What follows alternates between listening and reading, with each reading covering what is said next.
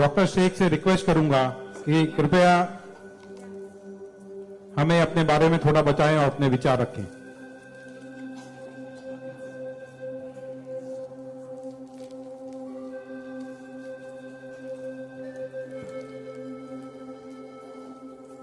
सबसे पहले तो मैं अल्लाह रब्बुल इज़्ज़त की बहुत ज़्यादा शुक्रगुजार हूँ कि उसने मुझे इतनी इज़्ज़त दी और इस मकाम तक पहुँचाया कि मैं अपनी लाइफ के जो फैक्ट्स हैं, जो जर्नी में आपके साथ शेयर कर सकूं। मैं बहुत ज़्यादा शुक्रगुजार हूँ भारत विकास परिषद की प्रेसिडेंट सुनील शाह की, और उससे ज़्यादा शुक्रगुजार हूँ यहाँ पे हमारे प्यारे डॉक्टर अनिल मुरारका सर की, जिनके सपोर्ट की वजह से हम बहुत सारी जगह पे जाते हैं और लोगों को मोटिवेट करते हैं। और जितना डॉक्टर अनिल मुरारका सर एक डिसेबिलिटी को लेकर जितना कंसर्न है, उतना मैंने किसी को नहीं देखा। तो I really thankful for him for that. 2008 मैंने अपना 10th क्लियर किया था। मैंने टॉप किया था पूरे जोगेश्वरी में विद 92.15% लेकर, और मेरा ख्वाब था कि मैं डॉक्टर बनूं और लोगों को सर्व करूं। मैं मिडिल क्लास से ताल्लुक़ रखती हूँ। मेरे जो अब्बू हैं वो वेजिटेबल वेंडर हैं, तो हमारे घर पे बहुत फाइनेंशियली प्रॉब्लम थी। तो मेरा बस एक ख्वाब था कि मैं डॉक्टर बनूं, लोगों की हेल्प करूं, और उसके लिए मैंने साइंस में एडमिशन लिया। देन 11 साइंस जब मैंने एडमिशन लिया, मेरा कॉलेज बांद्रा में था और मेरा घर जोगेश्वरी में। मैं रोज लोकल ट्रेन से ट्रैवल करती थी Jogeshwari to Bandra. 7 October 2008 that was the day जब मैं कॉलेज से घर वापस आ रही थी। मेरे सेमेस्टर चल रहे थे उस वक्त, और सुबह 10 बजे का वक्त था। 10 बजे, आप सब लोग मुंबई से बिलोंग करते हैं, सबको पता है लोकल ट्रेन में बहुत रश आर होता है। वो ट्रेन जब अंधेरी से निकली, मैं अपनी सीट से उठी और मुझे नेक्स्ट स्टेशन मेरा जोगेश्वरी था, मुझे वहां उतरना था। लेकिन मेरे सीट से उठने और स्टेशन के आने तक के बीच में वो एक लम्हा था जिसमें मेरी पूरी जिंदगी बदल गई। मैं जब सीट से उठी, उसके नेक्स्ट मोमेंट मैंने अपने आप को ट्रेन की पटरियों के नीचे पाया, और जब मेरी आंखें खुली तो वही ट्रेन जिसमें मैं ट्रैवल कर रही थी वो मेरी आंखों के ऊपर से बहुत तेजी से गुजर रही थी। एक लम्हे को लगा कि मैं कोई ख्वाब देख रही हूं, लेकिन जब ट्रेन पूरी तरह से मेरे पैरों से गुजर गई, मैं वहां हेल्पलेस थी। और जब बहुत दूर जाके किसी ने चेन रोकी, वो ट्रेन रुकी, और उस ट्रेन को रुकता हुआ देखकर मुझे एहसास हुआ कि मैं कोई ख्वाब नहीं देख रही हूं, मैं सच में ट्रेन से गिर चुकी हूं, और मैंने अपनी दोनों टांगे उस ट्रेन के पहियों के नीचे आ गई है जिसमें मैं ट्रैवल कर रही हूँ। वो पूरी 12 डब्बे की ट्रेन मेरे पहियों से गुजर गई। किसी ने चेन रोकने की हिम्मत नहीं की। और मैं जब वहां गिरी तो लोगों ने मुझे देखा, और 10-15 मिनट बाद काफी लोग आए, मेरे आसपास खड़े हो गए। मेरे पास सेलफोन नहीं था। मैंने अपनी बैग से उस वक्त डायरी निकाली, मैंने लोगों को फरियाद की, बहुत रिक्वेस्ट की, बहुत रोया वहां पर कि मेरे घर पे एक फोन कॉल करके बता दो कि मैं यहाँ पे हेल्पलेस पड़ी हूँ विथ हेवी ब्लीडिंग, मेरे बचने की कोई चांस नहीं है। एटलीस्ट मेरे घर वालों को पता होना चाहिए कि मैं यहाँ पे इस हालत में हूँ, मुझे लावारिस लाश बन के नहीं मरना है।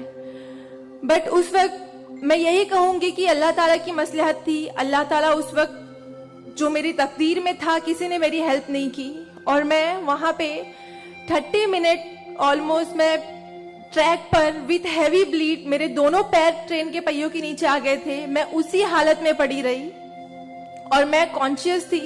मैं बस लोगों के सामने रो रही थी कि मुझे कोई पानी पिला दो, कोई घर वालों को कॉल कर दो, लेकिन किसी ने हेल्प नहीं की।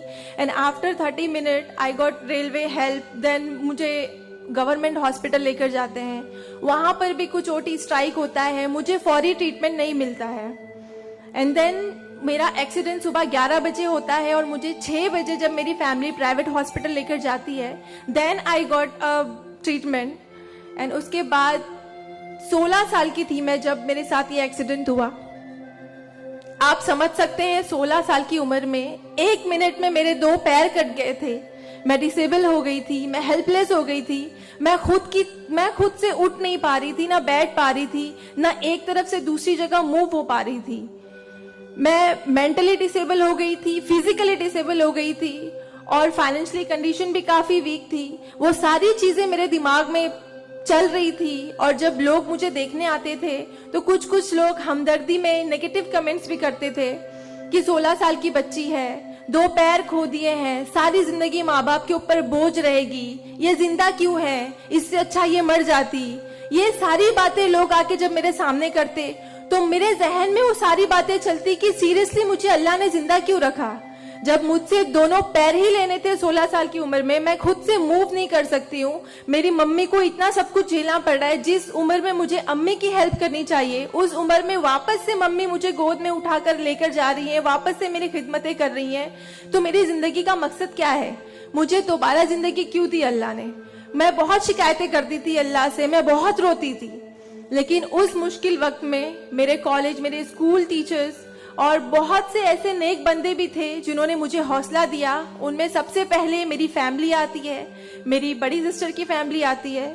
मेरी मम्मी ने मुझे एक जुमला कहा जो जिंदगी भर और मैं हर फंक्शन में बोलती हूँ, वो कि बेटा तुम रो मत, तुम्हारे साथ आज जो ये हादसा हुआ है, अल्लाह ने तुमसे सिर्फ 2 पैर लिए हैं, तुम्हारे पास तुम्हारा दिमाग है, तुम इतनी फास्ट ट्रेन से गिरी हो, तुम्हारे सर पे चोट लग सकती थी, तुम्हारी जान जा सकती थी, लेकिन अल्लाह ने सिर्फ तुमसे 2 मामूली पैर लिए हैं। क्या पता फ्यूचर में तुम्हारे लिए बहुत कुछ रखा हो। तब मुझे बातें उनकी समझ नहीं आती थी, लेकिन अल्हम्दुलिल्लाह अल्लाह का लाख लाख शुक्र है कि आज इस मौके पर जब लोग मुझे एज अ इंस्पिरेशन समझते हैं, एक आइडियल करते हैं, तो मुझे समझ में आता है कि मेरी अम्मी सच बोलती थी कि हौसला रखो, सिर्फ 2 टांगे गई है। आज मैं जब अपने प्रोस्थेटिक लेग से चलती हूँ तो लोगों को पता नहीं चलता कि मेरे पास 2 पैर नहीं है, मेरा एक पैर थाइस के पास से नहीं है, दूसरा नी के पास से नहीं है, बट लोगों को ये अंदाजा नहीं होता है। तो बस मेरी अम्मी ने जो एक बात कहा था कि अल्लाह पे यकीन रखो बच्चा, तुम्हारे साथ जो हो रहा है और जो होगा वो सब अल्लाह ने प्लान किया हुआ है, तुम बस हिम्मत मत हारो कभी भी, और बस डटे रहो अपने जुनून के पीछे कि तुम्हें डॉक्टर बनना है। तुम्हारी 2 टांगे नहीं तो क्या हुआ, तुम्हारे पास दिमाग है, तुम ज़हीन हो, तुम आगे बढ़ो। और क्या पता तुम आगे लोगों को लोग तुम्हें आइडियलाइज करें इस चीज को लेके। मेरे डॉक्टर संजय कंधारिया, ऑर्थोपेडिक सर्जन, उन्होंने सबसे ज्यादा सपोर्ट किया इस बात को लेकर कि तू डॉक्टर बन। मैंने अपने जीने की उम्मीद छोड़ दी थी, डॉक्टर बनने की उम्मीद छोड़ दी थी, लेकिन जब उन्होंने मुझे बताया कि तुम डॉक्टर बन सकती हो, तुम बनो, देन मैंने प्रिपरेशन स्टार्ट की। सीईटी कॉमन एंट्रेंस टेस्ट होता है to getting admission in medical college, मैंने वो क्रैक किया। I got 3rd rank all over Maharashtra in PH quota. And after that मुझे बहुत खुशी हुई कि मैंने 3rd रैंक क्लियर किया है। Now I got admission, I will get admission in MBBS. But वहां पर भी एक प्रॉब्लम थी मेरे लिए कि मुझे डिसेबल परसेंटेज 89% डिसेबल हूं मैं, और मेडिकल में एडमिशन के लिए 40 to 70 there is a criteria to get admission for MBBS. मैं मोर देन 70% डिसेबल हूँ, ये कहकर मुझे उन्होंने डिनाई किया कि आप एलिजिबल नहीं हो, आप एमबीबीएस में एडमिशन नहीं ले सकते हो, आप डॉक्टर नहीं बन सकते हो। तो उस बात को लेकर मैं बहुत डिप्रेस हो गई। देन मैंने वापस अपने डॉक्टर से हेल्प मांगी। उन्होंने मुझे एक मशवरा दिया कि आप हाईकोर्ट जाओ, बॉम्बे हाईकोर्ट, और जिस बात के लिए एक नॉर्मल स्टूडेंट को सिर्फ पढ़ाई करनी होती है, अच्छा रैंक लाना होता है, मुझे उस चीज के लिए मैंने वो किया, लेकिन उसके बाद भी मुझे बॉम्बे हाईकोर्ट जाना पड़ा। एंड मैं गई, मैंने अब हार नहीं मानी और मैं गई, बिकॉज वो मेरा हक था, मुझे डॉक्टर बनना था। और जब मैंने वापस अपनी नॉर्मल जिंदगी स्टार्ट की अपने प्रोस्थेटिक लेग से, मैंने आना जाना शुरू किया, अकेले ट्रेन ट्रैवल करना शुरू किया, देन मैंने रियलाइज किया कि मेरे अंदर कोई कमी नहीं है, मैं एक नॉर्मल लड़की हूँ, मेरे पास पैर नहीं तो क्या हुआ, मैं लोगों को सर्व कर सकती हूँ, मेरे अंदर पैशन है डॉक्टर बनने का। तो मैंने वो बस अल्लाह पे यकीन रखा और मैंने ये सोचा कि अगर अल्लाह ने मेरी किस्मत में रखा है डॉक्टर बनना तो मैं जरूर कोर्ट में फाइट करूंगी। एंड देन मैं बॉम्बे हाई कोर्ट गई इन 2011 और वहां पे मेरा केस मोहित शाह, चीफ जस्टिस मोहित शाह ने देखा, उन्होंने मुझे ऑब्जर्व किया, मेरे प्रीवियस स्टडी रिकॉर्ड्स देखे, वो सारी चीजें देख के, और उन्होंने जब मेरा पैशन देखा डॉक्टर बनने का, सर्व करने का, देन उन्होंने मेरे फेवर में फैसला दिया। एंड 2011 अल्लाह का लाख लाख शुक्र है कि मुझे इंडिया के टॉप मोस्ट कॉलेज में एडमिशन मिला, which is Saint GS medical college and KM hospital. Then 2011 में मैंने अपना एमबीबीएस में एडमिशन लिया। वो जर्नी बहुत आसान नहीं थी मेरे लिए, क्योंकि मेरे पास 2 पैर नहीं है, और जब मेरी काउंसलिंग चल रही थी एडमिशन को लेकर, तो काफी जो डॉक्टर्स का पैनल था उन्होंने मुझे बहुत कुछ हकीकत बताई थी कि आपके लिए डॉक्टर फील्ड आसान नहीं है, इसमें पढ़ाई करना 5.5 साल, आपको एक ओपीडी से दूसरी ओपीडी जाना होगा, और तब मैं 2 क्रचेस यूज करती थी मेरे लिए।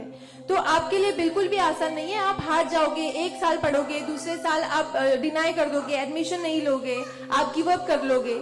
लेकिन बस मैंने दिल में ठान लिया था कि मुझे इन्हें गलत साबित करना है, और मुझे लोगों को प्रूव करके दिखाना है कि एक लड़की जो 89% डिसेबल है, जिसे लोग ये कहकर सुनाते थे कि सारी जिंदगी माँ बाप के ऊपर बोझ पर बनी रहेगी, उन्हें प्रूव करना है कि मैं डॉक्टर बन के लोगों को सर्व कर सकती हूँ। और जो मेरे दूसरे डिसेबल भाई बहन हैं, उन्हें भी शो करना है कि after disability, after accident, post accident जो लाइफ होती है वो आप नॉर्मल गुजार सकते हो अपने हौसले की बनिस्बत। तो मैं बस 5.5 साल मैंने बहुत कोशिश की, बहुत दर्द सहे, लेकिन मैंने अल्हम्दुलिल्लाह 2016 में फर्स्ट क्लास से मैंने अपना एमबीबीएस क्लियर किया। और इस बात को देखते हुए मुझे बहुत खुशी होती है, इस बात को बहुत प्राउड मोमेंट था मेरे लिए कि इन 2016 ऑन वुमेन्स डे 8 मार्च मुझे बॉम्बे हाई कोर्ट में फेलिसिटेट किया गया, जो एक हिस्टोरिक मोमेंट था वहां पर कि आउटसाइड से किसी को उन्होंने फेलिसिटेट किया। देन उसके बाद मुझे काफी कॉल्स आए एज अ मोटिवेशनल स्पीकर, मुझे काफी अवार्ड्स मिले, और तब मैंने सोचा कि मेरी जर्नी सिर्फ एमबीबीएस तक नहीं, मुझे लोगों को और प्रूव करना है कि 89% डिसेबल होके अगर मैं एमबीबीएस कर सकती हूँ तो मुझे मेडिकल फील्ड की हायर डिग्री अचीव करनी है, which is MD, medicine in doctor in medicine. Then मैंने उसके लिए भी कॉमन एंट्रेंस टेस्ट दिया, and again I got third rank in all over Maharashtra. और यहाँ पर भी देन अगेन उन्होंने प्रॉब्लम क्रिएट की मेरे लिए। After completing my MBBS with flying colours, उन्होंने वापस मेरा मेडिकल एडमिशन डिनाई किया कि आप नहीं कर सकते हो because you are 89% disable. Then मुझे एक बहुत हम्बल इंसान मिले, member of parliament Kirit Somaiya sir, उन्होंने फौरन से मेरी एप्लीकेशन सेंट्रल हेल्थ मिनिस्टर के पास लेकर गए, और वहां से विद इन 2 डेज ये जो क्राइटेरिया है 40 to 70% डिसेबिलिटी का मेडिकल में एडमिशन के लिए, this is a 20 years old clause, और विद इन 2 डेज ये क्लॉज चेंज करवाया उन्होंने बिकॉज ऑफ माई एप्लीकेशन। वो क्लॉज चेंज होके बस ये है कि मिनिमम 40% क्राइटेरिया है, और मोर देन 70% जो भी डिसेबल हैगा they will get admission in medical field. तो मेरी जो जर्नी थी यहाँ तक की, और उसके बाद मैंने रिसेंटली 2019 में मैंने एमडी में एडमिशन लिया, और with same college Saint GS medical college and KM hospital, और मैं अभी रिसेंटली फर्स्ट ईयर रेसिडेंट हूँ एमडी पैथोलॉजी में। मेरी जो यहाँ तक की जर्नी है, मैंने बहुत अच्छे से तो नहीं बताया आपको, लेकिन बहुत सारी बातें मिस है इसमें बिकॉज मेरे पास टाइम नहीं है, आप लोगों को भी लेट हो रहा है। लेकिन ये सारी जो मेरी जर्नी है, ये सब बताने का मकसद यही है आप लोगों को कि जिंदगी में देखो चाहे कुछ भी प्रॉब्लम आए, बिकॉज मेरी लाइफ में मुझे लगता है कि सारी प्रॉब्लम्स थी, फाइनेंशियल प्रॉब्लम्स थी, फिजिकल प्रॉब्लम थी, मेंटल प्रॉब्लम थी, सारे ऑड्स थे मेरी लाइफ में, लेकिन मैंने बस 2 चीजें ध्यान में रखी। एक तो मेरी अम्मी की बात कि अल्लाह पर यकीन रखो, अल्लाह अपने बंदों से 70 माओं से ज्यादा प्यार करता है। एक माँ हमारी छोटे से दर्द को बर्दाश्त नहीं कर सकती, वो तो 70 माओं से ज्यादा प्यार करता है, तो हमें दर्द में कैसे रख सकता है वो? तो उसने जरूर कुछ अच्छा रखा है हमारे लिए। अगर छोटी सी प्रॉब्लम आई जिंदगी में तो उससे हार नहीं मानो, उससे लड़ना सीखो, हमेशा अपना हौसला जिंदा रखो, बिकॉज आपके पास अगर हौसला है तो आपकी लिए जिंदगी जीने की उमंग रहेगी,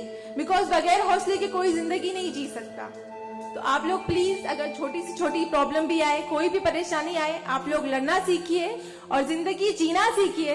बिकॉज मेरे एक्सीडेंट के बाद मुझे लगा मैं इतनी सारी कोशिशें नहीं करती तो मैं आज यहाँ पर खड़ी होके एज अ डॉक्टर आप लोगों से इंटरेक्ट नहीं हो रही होती।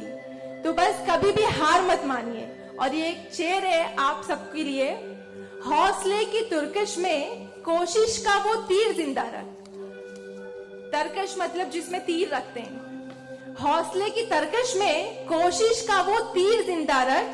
हार चाहे जिंदगी में सब कुछ, हार जा चाहे जिंदगी में सब कुछ, मगर फिर भी जीतने की उम्मीद जिंदा रख। Thank you so much, thank you all of you, मुझे इतने अच्छे से सुनने के लिए। और मैं बहुत ज्यादा थैंकफुल हूँ डॉक्टर अनिल सर की और भारत विकास परिषद की कि उन्होंने मुझे इतना सुनहरा मौका दिया आप लोगों से इंटरैक्ट का। Thank you. धन्यवाद।